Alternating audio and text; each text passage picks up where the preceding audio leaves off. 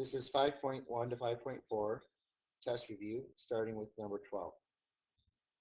Okay, we're going to use the change of base formula in a calculator to approximate each of these values to the nearest thousand. Okay, the change of base formula is taking, say, log base A of B, and that converts to log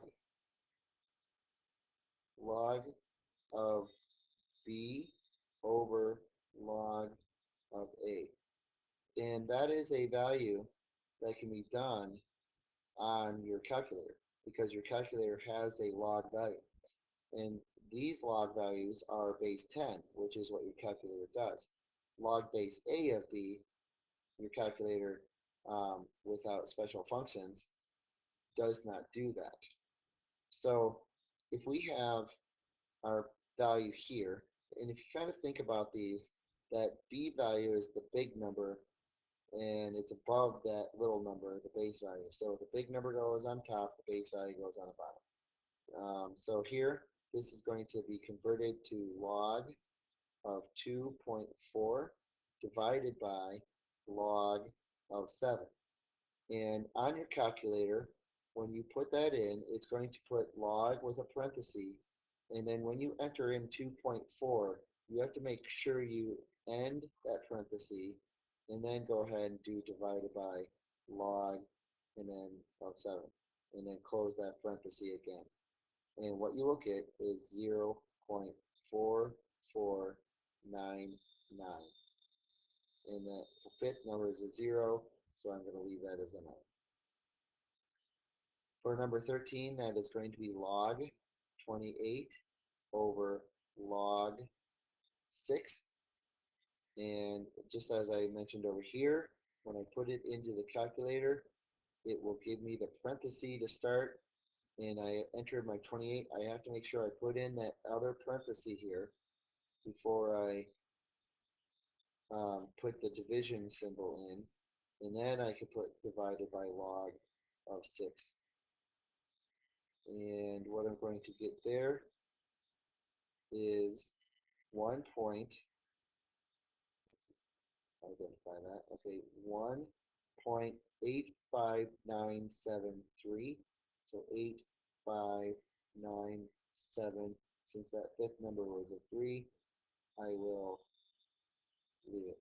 Let me see, I have tenths, hundredths, thousandths, oh well. So if I were to actually convert this to the thousand, that's 0.450, okay? And this one would be 1.860, okay? So that's abiding by the directions here. Okay, now to expand the logarithm, we have to know the rules. We have to know the 3 laws of logarithms. So those 3 laws are, if we have log of A times B, that is log of A plus log of B. We're splitting that up into 2 logarithmic expressions as opposed to being involved in 1. So when we split them, multiplication converts to addition. For log of A divided by B, when we split that into 2 expressions, it converts to subtraction. So log of A minus log of B. And if I have an exponent, if I have log of A of capital A to the C, that exponent goes out to the front. And it's C times the log of base A of capital A. So it almost looks like clog. Anyway, those are the 3 laws. So what we have here is we have problems that are involving these 3 laws within one problem. I have one term with an exponent divided by another 2 terms that are both within a radical. So if I think about how this could be rewritten, that would be z to the third, let's see here, z to the third over, and then x times y, and then the square root is an exponent of 1/2, okay? So I have that 1/2 affecting both the x and the y. So again, z to the third remains unchanged, but I'm going to have x to the 1/2 and y to the 1/2. All right, now I'm going to have three logarithmic expressions. Okay, I'm going to start with the numerator. So log base 2 of z to the third. Now I have division here, so I could put minus, and I'm dividing by two terms. So I'm going to put parentheses. And then down here, I have log, still base 2, of x to the 1/2, plus, because these are being multiplied to each other, I'm going to put plus, log base 2 of y to the 1/2. So this subtraction, the division that converted into subtraction, is affecting both of these logarithmic expressions. So I'm going to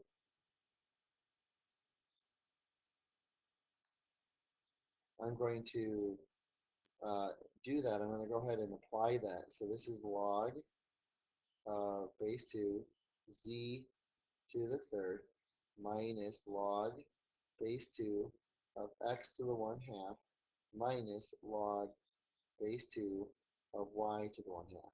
So I took away the parentheses by distributing that subtraction. So that converted that addition over here to subtraction. Now continuing on, I have exponents on all of these, so I'm going to move all of them to the front. So 3 log of 2 base 2 of z minus 1/2 log base 2 of x minus 1/2 log base 2 of y. And that is my final answer for that. Okay.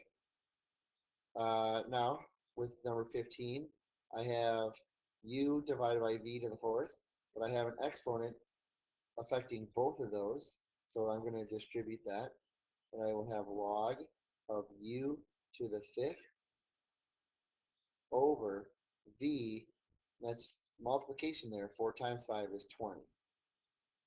Okay, now I'm going to split this up into two logarithmic expressions. Division converts into subtraction, so log of u to the fifth minus log of v to the 20. The 5 goes out to the front, so 5 log of u. The 20 out here goes out to the front, so 20 log of v.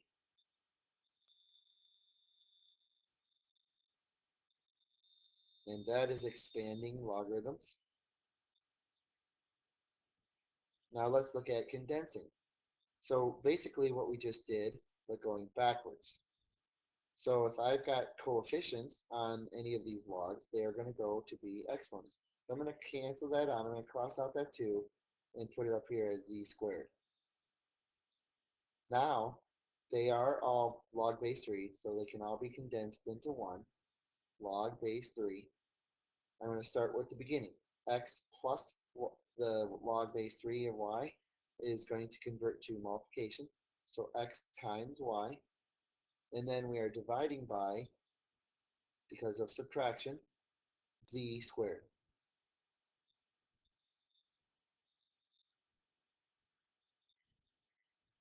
So we want to start with any coefficients, move them to exponents, and then go from left to right, looking at the addition and subtraction.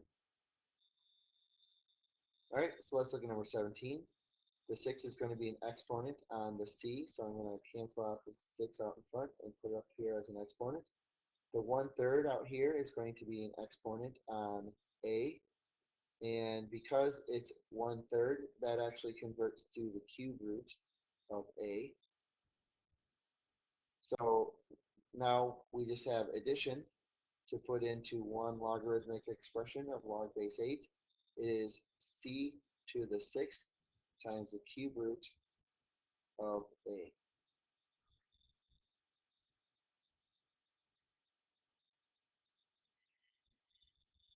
All right, let's look at how to solve an equation.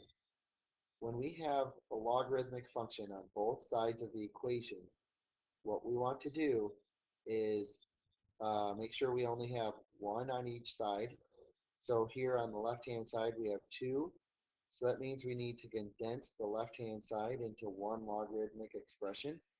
This is subtraction, so it will be log base 8 of 3x divided by the 10 equals log base 8 of 24. Now that we have only one log expression on both sides of the equation, we could actually cancel out the log. So I'm going to just cross out the log base 8.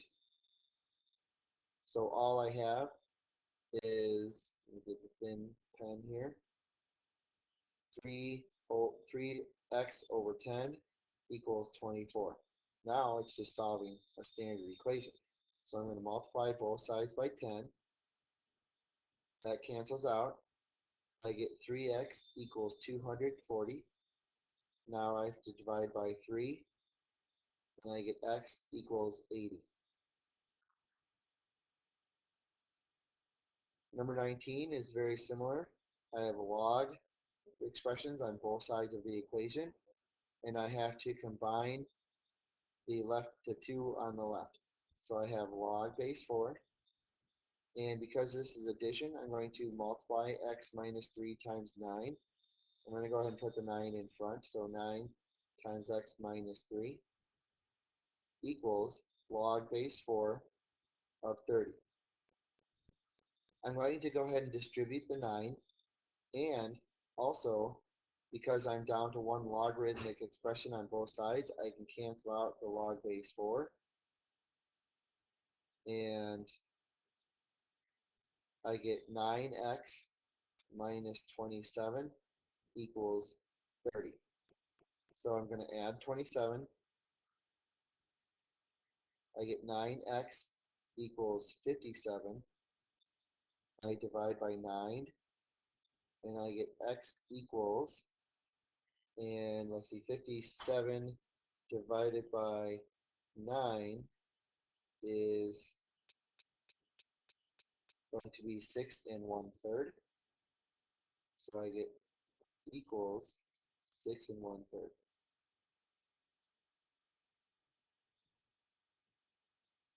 And now down here, for natural log, it's the same type of thing. But here I only have logarithmic expressions on only one side. So when that happens, I need to get down to one logarithmic expression.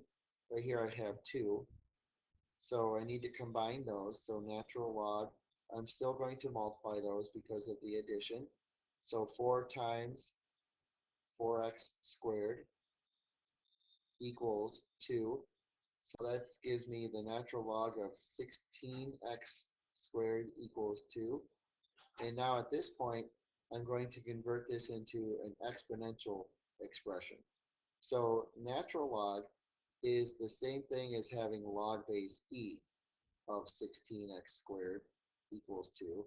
So converting this to exponential format, I get e to the second. So e to the second is equal to 16x squared. Okay? And e to the second is an actual number. So I'm going to leave that there. I'm going to divide by 16. And that will cancel out. I get x squared is equal to e squared over 16. And to solve here, I take the square root of both sides. And I get x equals the square root of e squared over 16, which is, I could just enter that in my calculator,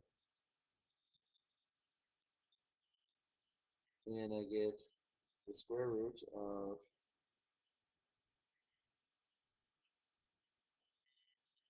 e squared divided by 16 is going to be 0.6796,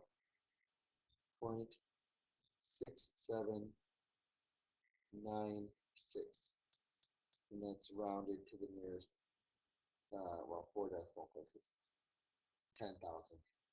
Okay, and that's it for this video. No, wait, I have number 21 here. So let's go ahead and do number 21. And it's much like number 20, where I have logarithmic expressions on only one side of the equation. And so I'm going to combine the two on the left into one. So log base 6 of 3x squared over 2 equals 3. And now I will write this into exponential format. So 6 to the third equals 3x squared over 2. And 6 to the third is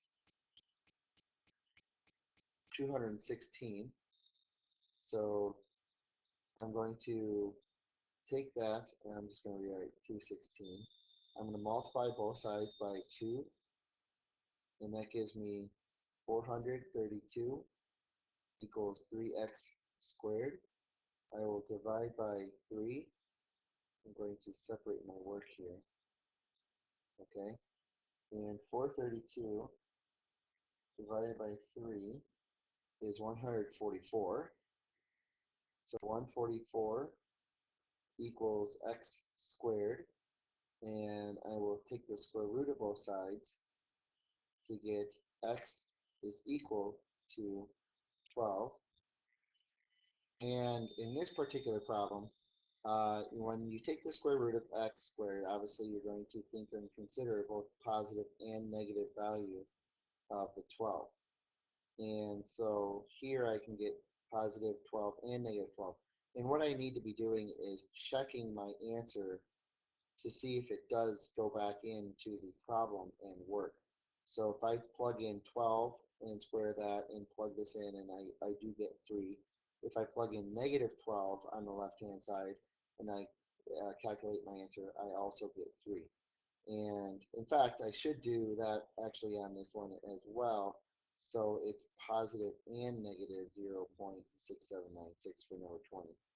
So consider that if this was not x squared and it was just x, then I would only use the positive value because I can't take the natural log or a logarithmic value of a negative number. And that's it for this segment, for real this time.